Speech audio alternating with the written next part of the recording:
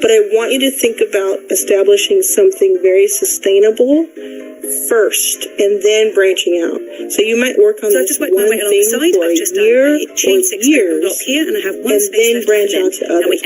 Please do not try to start with 2, 3, or more income streams at the beginning just because you see someone else who's successful have multiple income streams. It doesn't work that way. It always finds a way to fall apart. But instead, what you want to do is you want to focus on one thing, being great at one thing, make $1 million doing it, and then you can go on to the next. This is the decrease side. And then you're going to manage well. So you're going to set up a trust, a foundation, other types of things that leave a legacy for you so that your assets can be used to pursue your book. And then you're going to slip stitch under the top of these 3 double crochets. Just work a slip stitch. 1, 2, 3. Then slip stitch into the chain space. So we're now ready to do our next row. So we're going to be repeating your project grows. So we start every row, we've slip stitched into the chain space on this decrease side with a solid block, regardless of which row it is, always start with a solid block.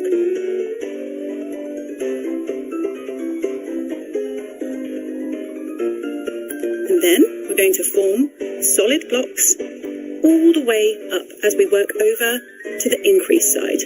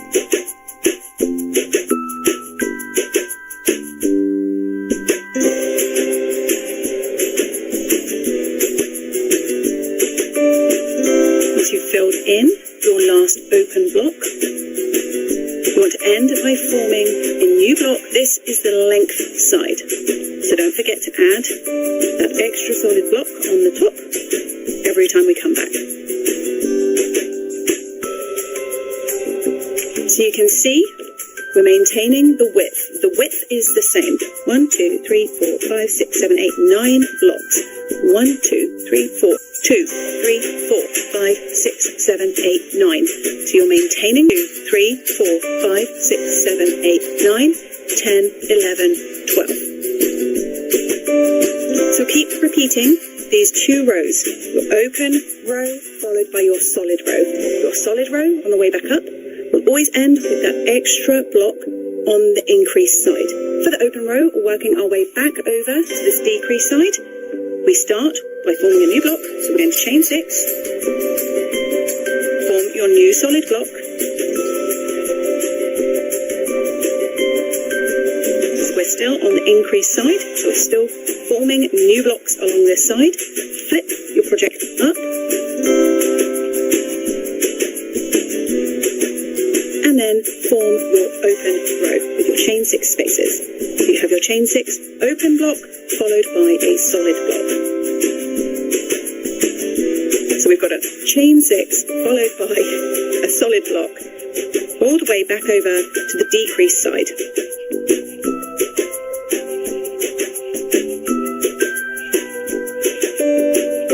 To the decrease side. We're going to continue these 2 rows until your project is the length that you want it to be.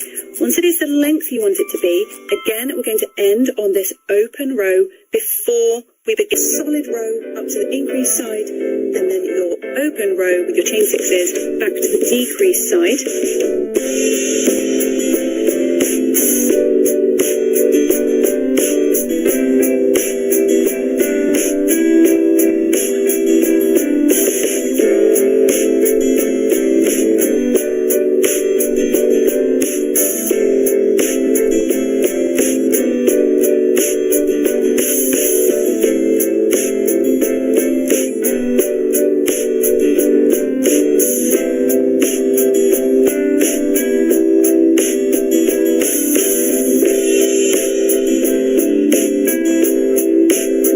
Now you're ready to start filling this in to get it to meet back at a point.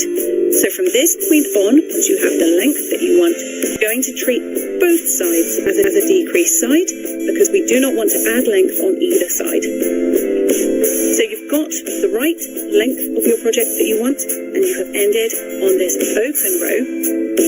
Now we can begin decreasing on both sides. So as we're on a decreased side, and we're going to be on decreased sides for both moving forwards, we chain one, turn like the page of a book, and slip stitch under the tops of those 3 double crochets. Trying to keep your yarn on your hook. Try that one again. There we go. 1, 2, 3 slip stitches, and slip stitch into the chain 3 space. You can go ahead and remove your stitch marker now if you want to, because from this point on, both sides will be decreased sides. So we're going to start the same way as we have been. We're going to chain 3 and create a solid block into that chain 3 space.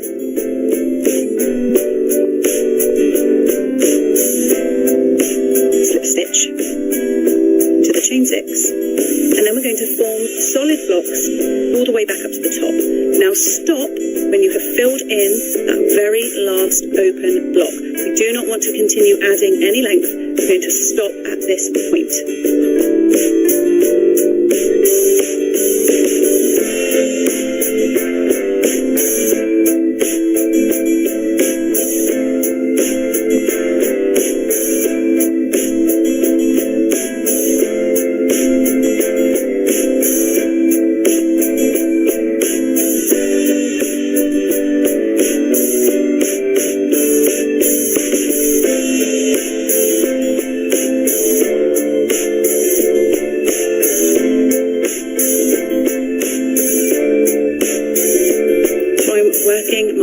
Solid block into the open block from the row below.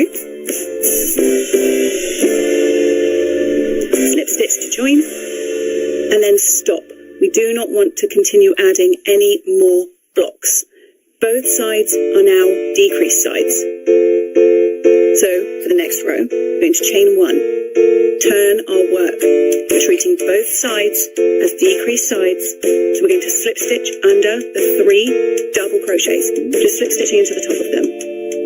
1, 2, 3, and into the chain 3 space. Every row starts and ends with a solid block, so we're going to fill in this solid block here by chaining 3 and working 3 double crochets, just as you did on the other side.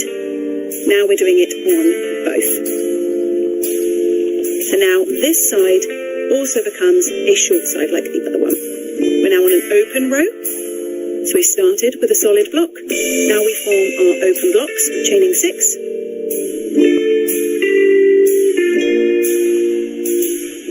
We always follow an open block with a solid block.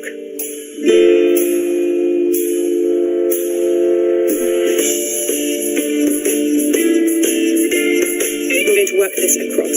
For this end decreasing section, when we're meeting both sides back together, it gets much, much faster. It's very satisfying doing these rows.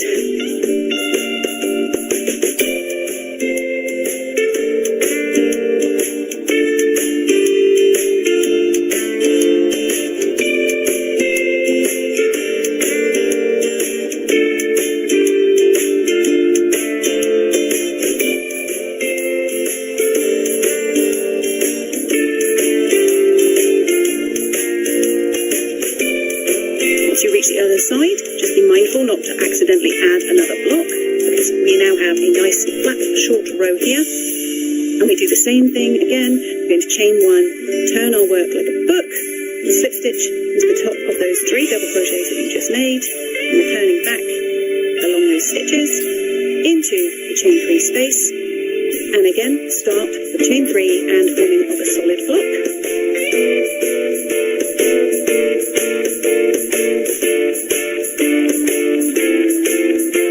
And then slip stitch into your open block. And this row is then a solid row. So we're going to be always stopping now with the final slip stitch to join, because we don't want to add an errant extra box up here. We want to keep them now flat coming in together. So solid row.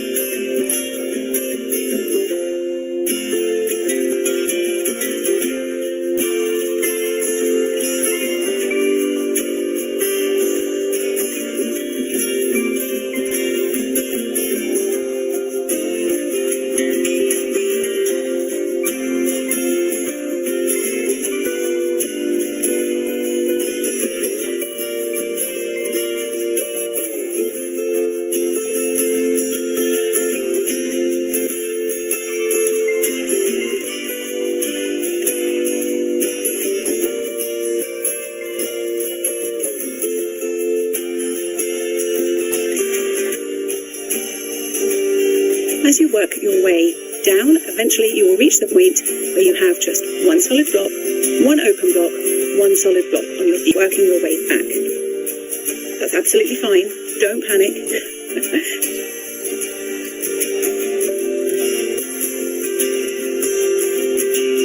The next row you work would be the solid row as normal.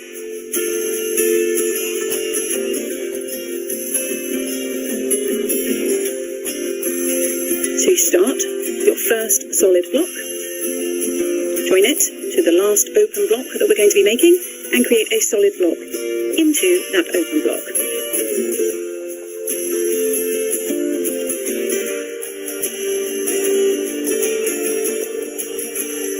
So that will be your very last open block formed. We still have one little space to fill in here. We want to be working our way down to just one block. So for this very, very last row, we're going to slip stitch to the top of the 3 double crochets you just made and into the chain 3 space. And then we form just one solid block. So you can see we have 1, 2 blocks here. We're working our way back down to 1. So chain 3 and work your 3 double crochet into that chain space, all the way back in. So at this point, we've now finished the main body of your project. If you wanted to end it right here, you would chain 1, cut your yarn, leaving a nice long length, and then you've got your 2 tails to weave in, and you're done. However, if you are making a blanket, it's quite nice to sort of clean up these raggedy edges and have a nice foundation, which you can then go ahead and put a border onto, like this. So we just have one more little foundation row to go, just to neaten this up, and we're going to use the same yarn that you have worked your whole project in. So we're not going to cut our yarn for working this little foundation border row around the project. We're just going to continue from this point. So we're going to chain 1, and into this space in between your blocks, we're going to work a single crochet. If you pull your little blocks apart, you've got solid blocks all the way around. There's a little gap in between them. Into this space, work a single crochet. So just reach down and work a single crochet. Now, if you would like to mark the top of that single crochet with a stitch marker so you don't lose it on the way back round, you're absolutely free to do so.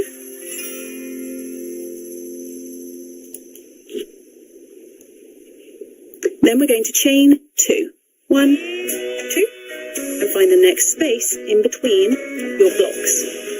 Just pull them apart. There's a really obvious spot here, and work a single crochet into that space. Chain 2, find the next gap in between your solid blocks, and work a single crochet. Chain 2, find the next space, and work a single crochet.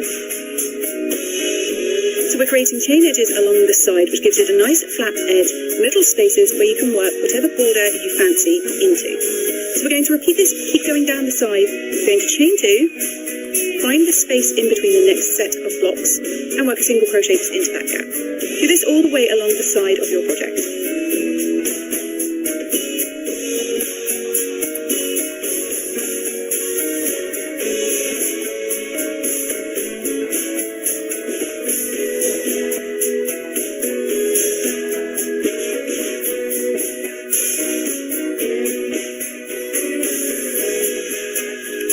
Once you get all the way along the side and you've got to your sort of end block on the corner, we're going to chain 2, we're going to form a corner into this corner.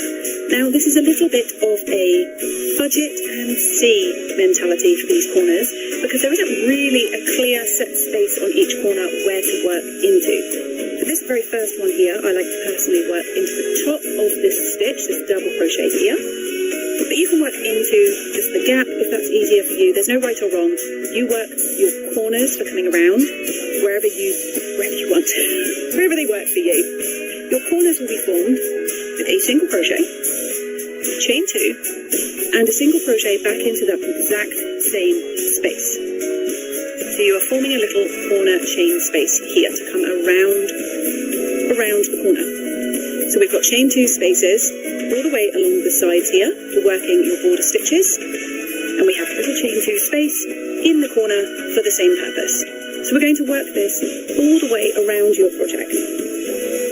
Along the sides, we're going to chain 2 and work a single crochet in between your blocks. your solid blocks. Chain 2, find the next space in between the solid blocks and work a single crochet. Work this along each side.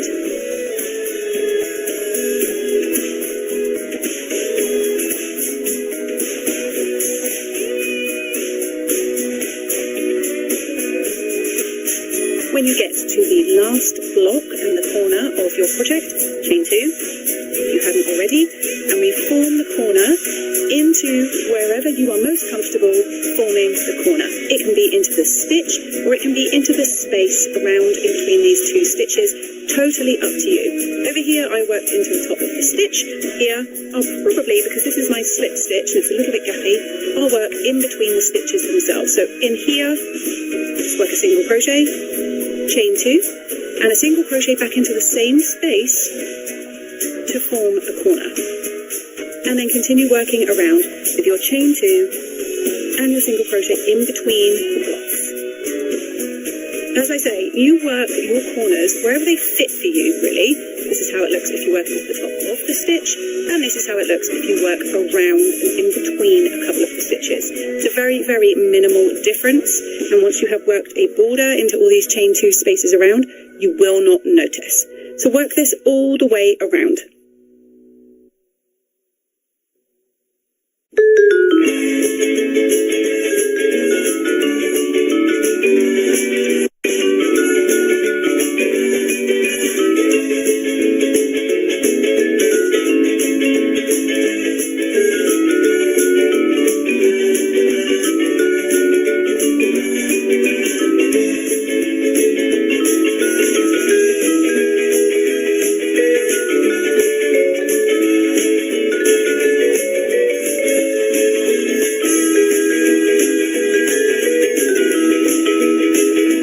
You've worked your final 2 chains here and you're right back to that very first single crochet that you made. To end, we're simply going to slip stitch onto the top of that single crochet. Preference. On my blanket, I went on to form my border using an entirely different corner-to-corner nature of the project when you have a separate colour border. So for me personally, this was the point at which I ended. So to do that, you're going to chain 1, cut your yarn leaving a nice long length, weaving in afterwards, pull it up, out and tight. And then you have your 2 ends to weave in, and your corner-to-corner open block stitch project is complete, as is this little foundation row for working your border stitches. Now my personal border was very, very simple. Into the chain 2 spaces that I formed on that foundation row, I worked 2 single crochet stitches. When I got to the corner, 2 and 1 single crochet. Nice and simple. Then I worked 3 rows of half double crochet stitches, I worked another row of single crochet stitches, and then I finished with a round of wrap stitch. So I kept it super simple. You can of course add far more elaborate borders if you so wish. But that's it for this video. Good job for sticking around for so long. I really hope you enjoyed this corner-to-corner open block stitch. Please do let me know what you think of the stitch down in the comments below.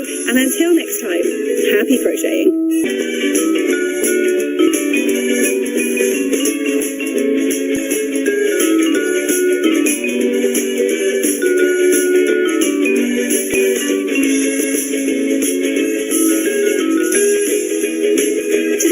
Showing you how to crochet the interlocking block stitch. This is a fantastic stitch. I really love this one. It works particularly well if you use 3 different colours like I have for this sample. In the video I'm going to show you how to crochet the stitch itself, how to straighten up this final edge for your very last row, and if you are using 3 colours I'm going to show you how we float this yarn up the side so you don't need to cut it for each row. To begin, pop a slip knot onto your hook. Now the pattern multiple for the interlocking block stitch is 6 plus 5. Now all that means is you're going to chain in multiples of 6, 6, 6 until your project is as wide as you want it to be, then add 5 chains right at the very end. I'm only going to be making a very small sample today, so I'm going to go ahead and chain 29. Once you have your desired amount of chains, we're going to begin by working into the 4th chain from the hook. Now this loop on your hook does not count as anything. You only want to count these fully formed chains hanging down below. 1, 2, 2, 3, 4. And into that fourth chain, we're going to work a double crochet.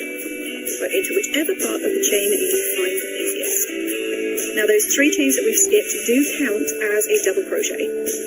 Then into the next chain, work 1 more double crochet stitch.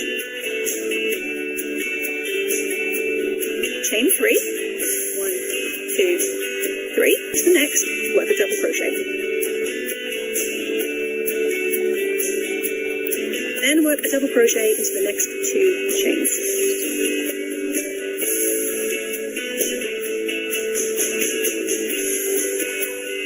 So for the interlocking block stitch, everything is done in groups of 3. So we have 3 chains, and we skip 3 chains, and then we work 3 double crochet into the next 3 chains.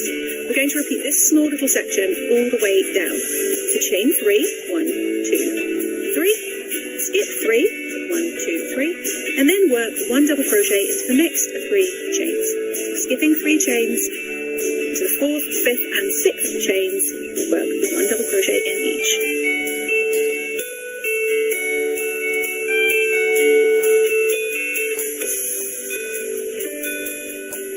Chain 3, skip 3, and then work 1 double crochet into each of the next 3 chains.